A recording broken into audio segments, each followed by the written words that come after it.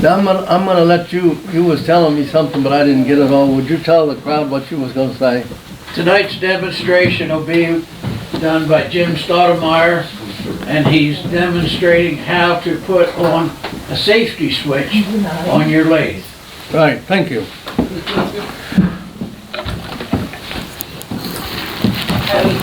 So let's give Joe a big hand. On that, Joe. Jim. Yeah, Jim.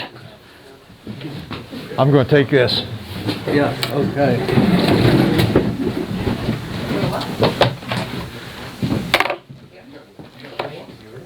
Hi, everybody. Probably not a lot of people in this room remembers this. I did not make this for the demo tonight. I made it for a demo. Joe remembers it because we used this before we went out to your shop and put an auxiliary stop switch on. What we're doing tonight is adding an auxiliary stop switch to the lathe.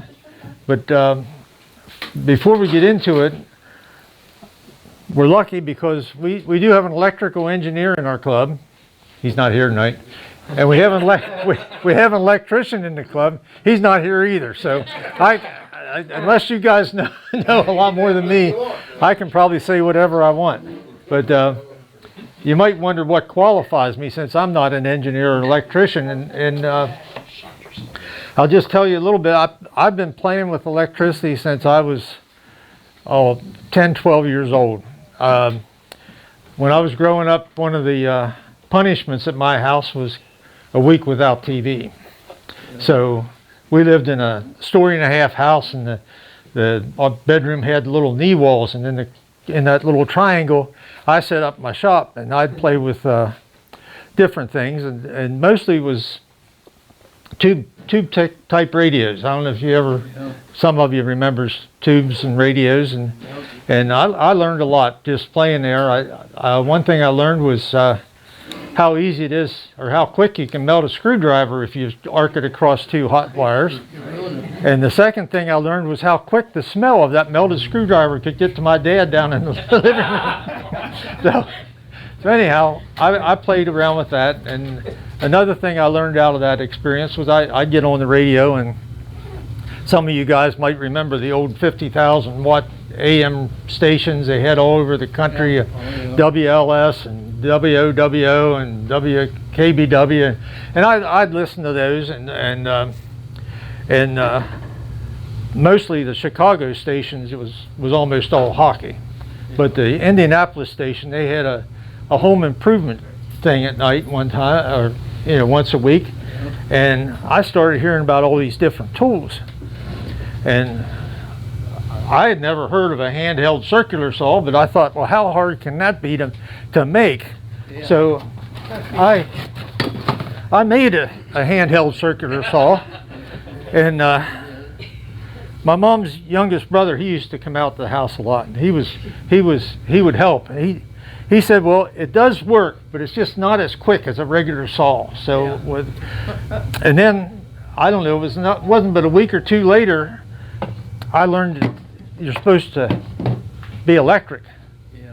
So Dad had this old metal screwdriver, metal handle, metal little folding thing to, I guess, protect your knuckles or whatever. Yeah. I wired that up, and my uncle tested it, and I still miss him. But that brings me to safety. Electricity can and will kill you if you're not careful. So this is the disclaimer that gets me out of trouble for telling you how to do something. Don't do what I'm doing, even though I know that there's a lot of people in here will do it anyhow. But you don't do it. I'm going to give you the safe as I know how to do stuff. But if you're not comfortable with playing with electric, get somebody that is to walk you through this stuff.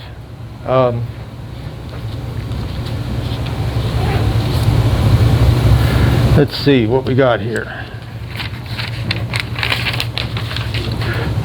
Now some of you might wonder why you put an auxiliary switch on the lathe. And I was going to demonstrate why tonight, but every time I tried it at home in practice, I threw the piece completely off the lathe, and I thought, well, that's good for with a crowd here. But a lot of lathes have the on-off switch right up here. And let's see, what do we got to do to get this one? Yeah, you turn it on, you turn it off, no big deal. And if you're turning spindle work or whatever, that's fine. But if you got a big bowl, one of these big bowls we had tonight here, and you're standing down here and have a catch and pull that bowl halfway out of the chuck, now that bowl is going like this. And there's a couple options you have. One is to reach over here and hit the switch and risk getting your arm broke when it comes off. Two is just turn and run. My favorite is I get down here at the bottom and get down on my, go like this and wait for it to go bang. But this lathe, we put a switch on it a couple years ago, and it's down here. It's magnetic. We can put that anywhere you want, and when you turn the lathe on,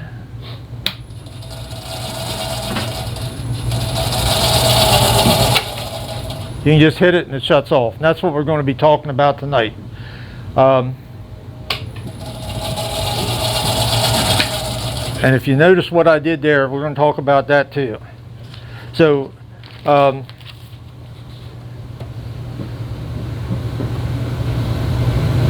what we're talking about tonight, about putting a switch on a lathe, can be used with other equipment too. I have a remote switch on my table saw. It's a foot pedal switch. Yeah.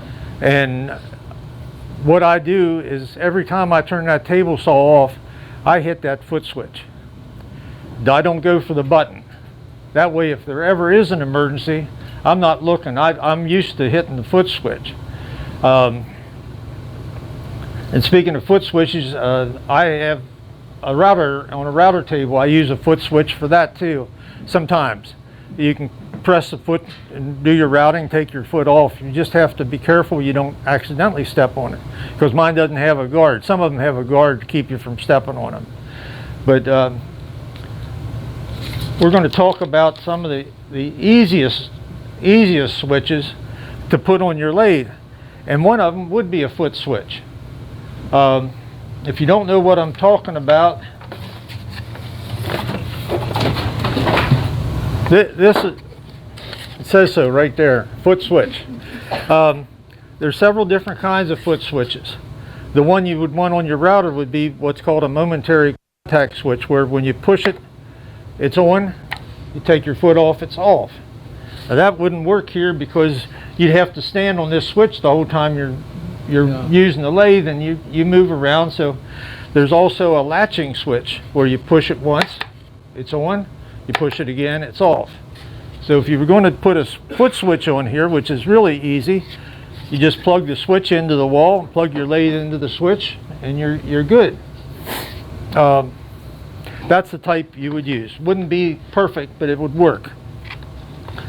And this foot switch is a 120 volt foot switch. Your lathe might be at 240 volts, so that might eliminate this. But 120, we've got three common powers: the 120, the 240, and then three phase. Most of the three phases we would have are 220 volt. And some people have a three-phase lathe and don't even know it. This one, the motor's three-phase, but the controls are single-phase. It's 220 single-phase. It's got what's called a VFD to transfer the power from single-phase to three-phase. I don't know about your Grizzly. Is it? Yeah, it's three-phase, and Steve's Powermatic's three-phase. But the controls are single-phase. If you have a true three-phase lathe that has three-phase controls, we'll talk about that a little bit in a minute also. But like I said, this is one option. Another simple option is plug your lathe, if it's a 110, into a power strip, and just have your power strip back there. The trouble with that is you just got this little button. So there's better options. Well, what we have here on this board is, see if I can get it hooked up. This is supposed to be your factory switch, whatever kind it is, whether it's push button or not. It's just a simple on-off switch. You turn it on, you turn it off. Now we could put another switch in line with that, and that's what we have here. We have an on-off switch and we have another switch. Both of those have to be on to run. Either one you turn off shuts off the lathe. We've had times out here when people stand around for 5-10 minutes trying to figure out how to get the lathe started, and it's all because somebody had accidentally shut it off here, and you go back to start it, it won't start. Both of them have to be on. That is a much better system than the first two I described in my mind with the foot pedal. And you can put this, whatever type of switch, in a magnetic box. It has to be what's called a latching switch, one that you hear that click. It's now it's on, now it's off. This is what we put on your lathe, isn't it, Joe? A remote switch. It's just wired right into in with this switch, the factory switch.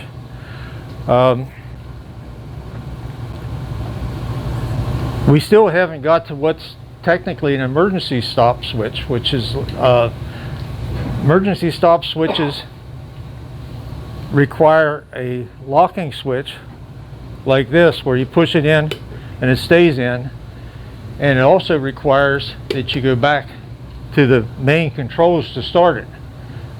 This one, I don't have to come back to the main controls. If it's on, let's get it on here, and I stop it, I could easily start it right back here, which may be fine for what we're doing at home, but it's not fine in industry where these two switches might be out of sight of each other. And you want to be able to make sure that the guy that's got the controls cannot start it up without the person who hit the emergency switch's knowledge. I see some head shaking in the back. Some people know what I'm talking about, I guess. Or you? This here, yeah.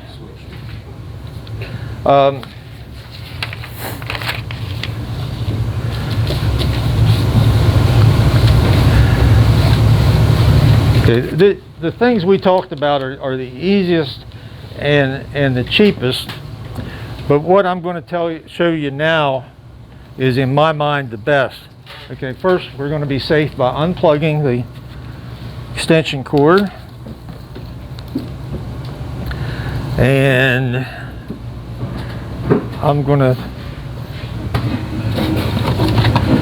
I've already used up all my jokes, so I can't tell anymore while I'm working here.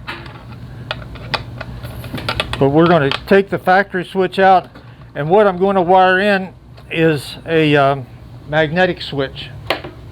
A magnetic switch, that's what this is. In fact, I'm going to pass some stuff around while we're doing that.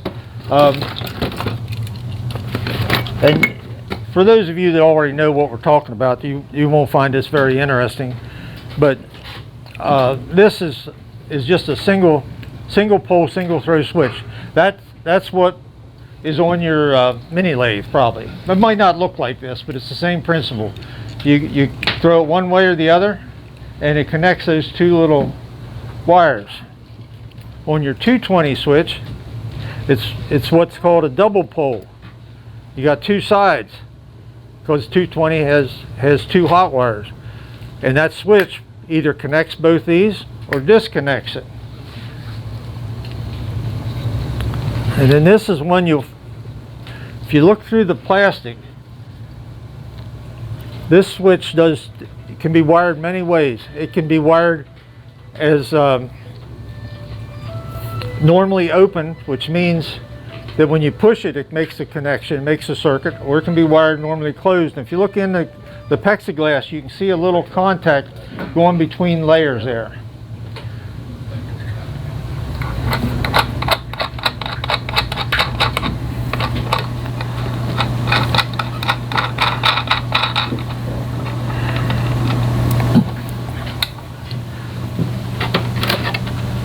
And this I'm going to pass around. This is an example of a magnetic switch, and if you can see it move, what that does is when it's energized, it's that magnet, the magnet's what you energize, and the magnet pulls the contacts closed. And most magnetic switches that you would buy, these are all industrial size. They don't have to be, but you can usually get an industrial one just as cheap, if not cheaper, than you can find a buy one that's not. And they'll have three wires, which you'll see that one has 3 wires in, 3 wires out. And you can use that on 3-phase, which is what it was designed for, or you can just use 1 wire and use it for 120 volt. And I hope I'm doing this right, because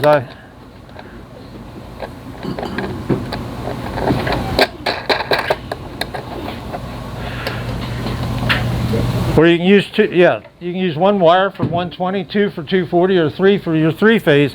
It'll all work the same. So I've got the one up here is just controlling 1 wire. There's 1 wire goes into the switch, and 1 wire comes out of the switch. So I've got it set up for 120 volt. I'm going to plug it in here. And when you push that green button, if everything's wired right, did you hear that snap? Okay, when that snaps, it connects all 3 of those lines from the wire in to the wire out, makes them hot, and also brings this button here. If I'm using terms you're not familiar with, that's normally open. So when I push it, I'm connecting the circuit to energize that magnet. And when I energize that magnet, it's got a 4th switch here that it takes the hot that's going into it and kind of circles it right back around through the magnet. So when I leave go, the magnet stays energized. Now, anytime I interrupt that magnet and shut the magnet off, whether it's here, I don't know if you can see that magnet moving. I can see it from up here, or I can go here. Now I've got a true emergency stop because I've shut that off. I can reset it. Uh-oh. Might want to cut that part out, Lee. I do not have a true emergency stop. I got a place where I can stop at several places. I didn't put the brake in the right. Yeah, I know what I have to do. I have to wire this switch into this circuit here. I was going to do that with the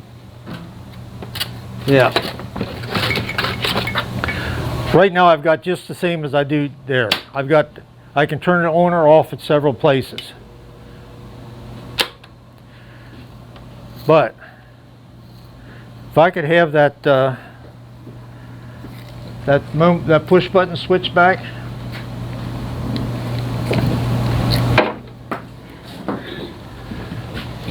Thank you. And anybody see what I did with my glasses? There we go. Now we want to wire this switch up so that it's normally closed. So that means we'll put it here.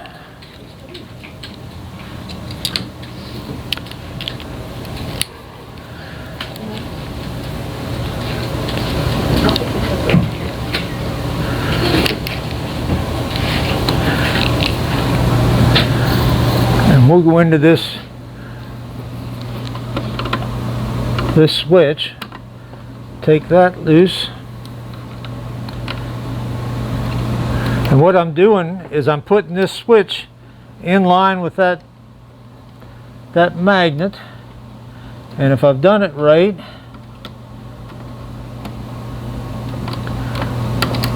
I've got two choices. So I got a 50-50 chance of hitting it right the first try here.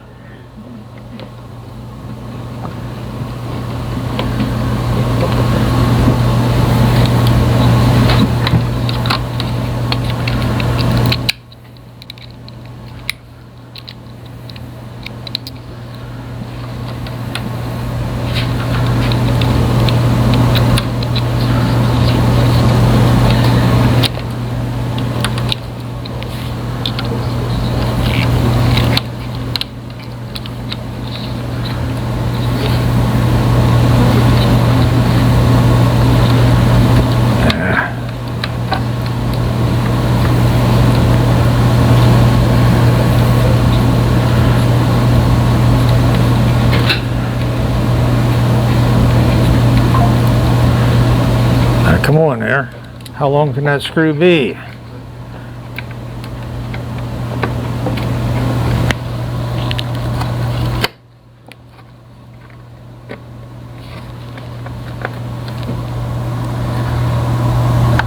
You getting my best side, Lee? Yep, looking good. Okay.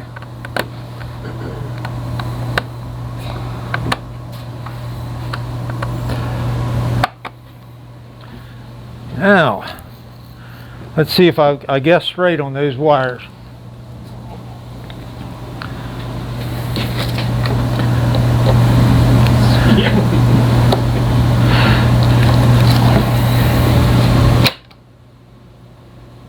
Okay.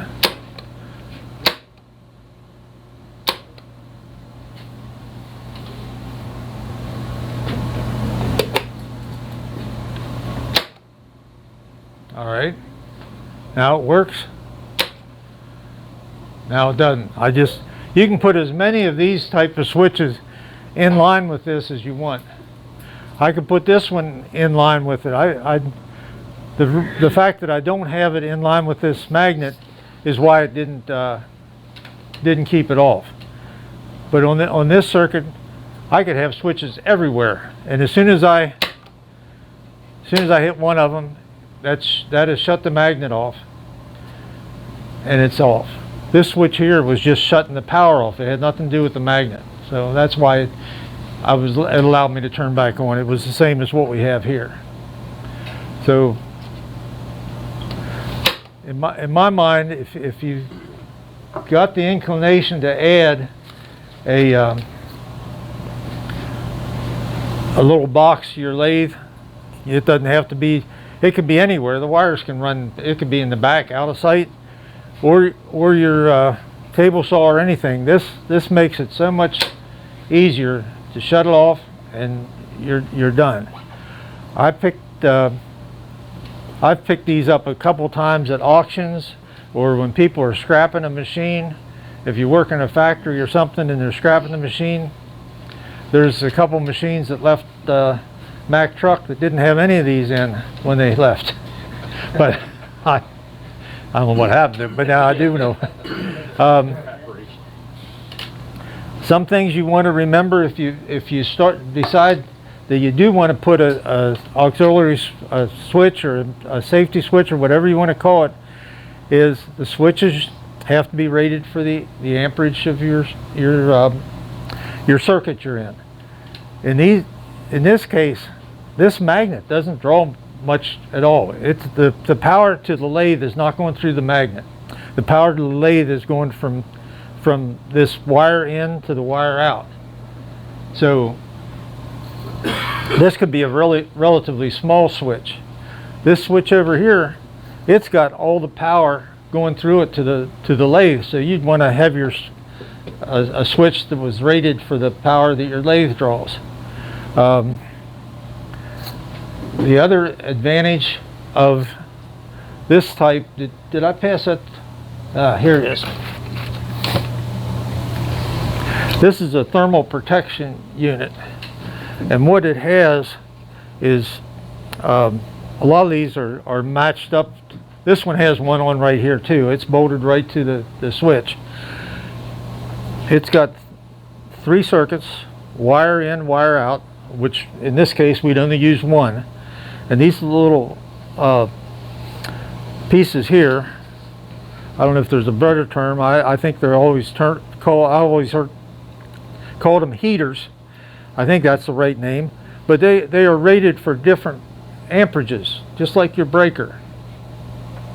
And the advantage of these is that you size those to your motor.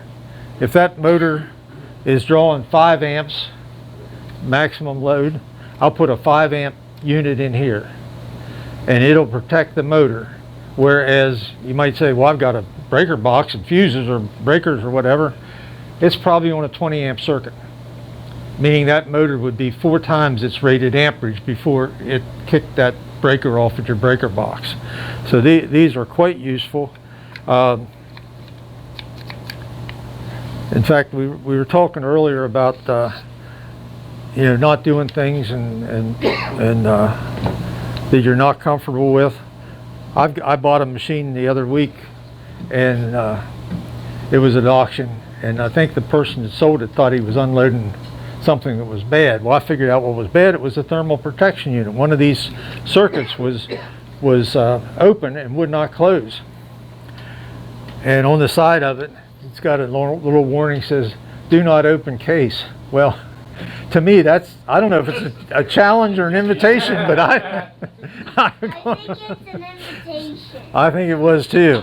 But here you can see what we're talking about there, and you know, at 220 we'd just be using 2 of these. But this stuff you can pick up at an auction, or like I said, if you're working in a factory and they're scrapping a machine, or you can just buy them. The ones that I have are relatively expensive. They're a couple $100 a piece, but you can get one for a lot less than that. So,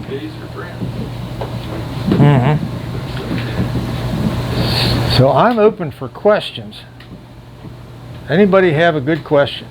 An easy question? Does anybody want to volunteer for the February? What are you proposing to install? The leaner switch? Whatever that person wants to buy. I will help them decide what they need, and might even come out to their shop a day before to just make sure we got everything set up, ready to go. That's what we did when we went to Joe's. We went out and went through everything before we got there. I don't know to do one on mine. Do you want to volunteer? Okay. Now Unless somebody else has to do it. Steve has a Powermatic, and your controls are 220, Not like this. just like this, and he'll have to decide what kind of a switching setup he would like on it, and we'll show you 2 things. We'll show you start to finish how it's done, and we'll also show you that things don't always work as smoothly as I tell you up here. They're probably, almost certainly, something doesn't go as exactly like planned. But it's not a difficult thing to do, and we'll have him set up with an emergency stop within an hour probably. Yeah, I call that a leaner. That's a leaner switch. Oh, All you gotta do is lean against it. You just bump it with yourself. I did want to show you this too. Thanks for the. Oh, yeah. Now this, if you're going to have a magnetic switch, you can just put this little push button. It's the same as what we got up here. It's normally closed, and you just lean your leg against there, and it's off. If you wanted to go without this, you would need a switch like this, because when you push it, you want it to stay off. You don't want it to turn back on as soon as you move your leg. But this, I think Vicmark, some of Vicmark lathes come factory with this one that stretches the whole length of the lathe. But I really like this. And, you know, you're there turning, and man, you just go like that, and it's off. So, and it gave me a place to get rid of a couple of old ugly hinges. So you want something like that? No? Like this? Alrighty, guys. Any questions? How much does it cost to get a something like just that, just to stop. Like this one? I think this switch would either cost $82.43 or that's the part number. I think that's the part number. I think you can get a switch like this for $20 or so. But then you'd need a little bit of wire and stuff. I think for the peace of mind, it's worth that. Well, if there's no questions, I guess I'm finished. Okay, thanks.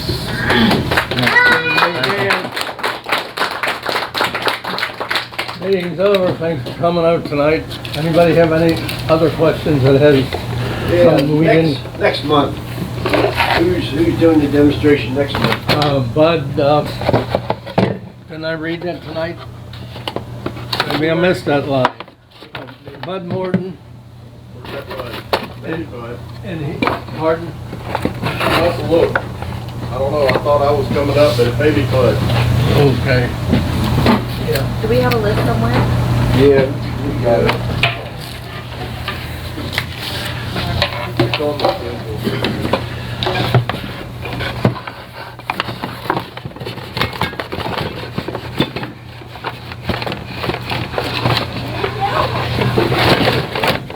Bud Morton, and he's doing embellishing.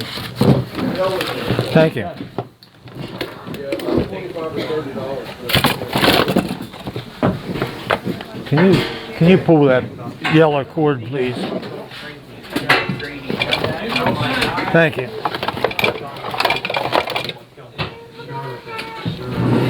You gotta get it running, Is that too short? Too short? The demo.